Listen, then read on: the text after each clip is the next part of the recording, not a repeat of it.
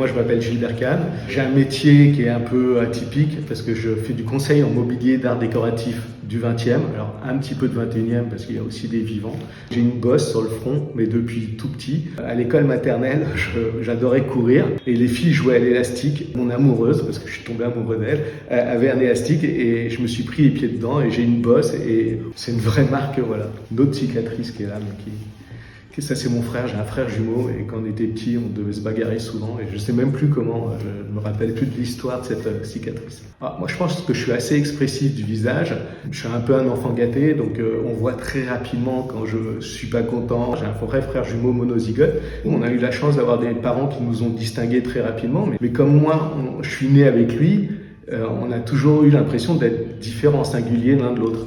Après, c'est le regard des autres. Et ça, le regard des autres, c'est assez impressionnant. Alors, quand on prenait le métro, par exemple, les gens, ils arrêtaient de lire et puis ils faisaient comme ça, ou ils montraient du doigt. Et ça fait partie de notre vie. J'ai l'impression de ne pas les avoir vus encore.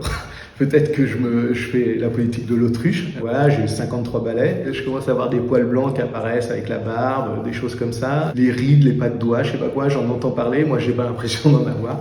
Grâce à mon univers et à ma façon de penser, où je suis un peu dans le monde de l'enfance, j'ai pas l'impression de vieillir, mais bon, je vieillis sûrement. Et moi, ce qui me rend heureux, c'est être avec les potes, faire du sport, partager, rigoler, échanger. J'aime transmettre aussi par mon métier. J'ai la chance d'être, voilà, on va dire psychopathe en mobilier d'art décoratif. Donc, dès que je peux partager et dès que je peux faire profiter de mes connaissances, ça me fait très plaisir. Ça commence dès le matin où je me pince en me disant waouh, génial, on m'interroge encore sur du mobilier d'art décoratif. Donc aujourd'hui, en plus, c'est devenu très d'actu. Bon, on parle de design, tout ça. J'ai créé mon métier et donc tous les matins, je me dis waouh, quelle chance j'ai de vivre de ma passion, quoi. On l'explique par des manifestes. C'est-à-dire que c'est des périodes. Et dans ces périodes-là, il y a un savoir-faire, donc le travail du cuir, la surpiqûre, voilà. Donc c'est un savoir-faire et donc déjà la beauté du geste, elle est hyper importante.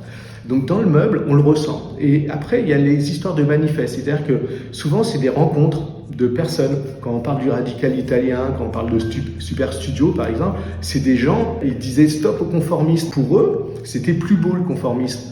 Alors eux, ils ont carrément créé le radical italien. Il y a des gens, ils voient ça, ils trouvent ça laid.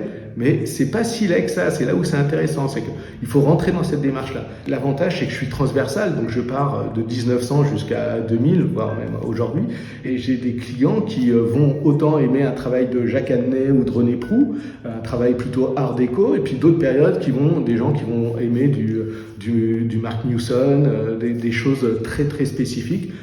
Et la beauté, elle est partout, et voilà, ça dépend comment on la raconte. La caractéristique des Kahn, c'était ce côté, les yeux un peu comme ça en amande. Mon père est comme ça, mon frère, ma sœur, et voilà. Et mes grands-parents étaient comme ça quand je vois sur les photos, quoi. J'ai un grand-oncle qui était Alphonse Kahn, qui était un des plus grands collectionneurs. Pour l'histoire, c'est lui qui a fait rencontrer Picasso et Braque pour créer le cubisme.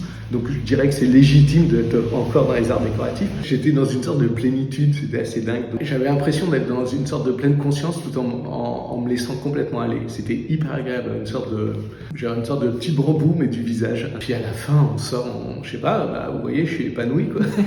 je suis heureux, quoi. Donc non, c'était super agréable.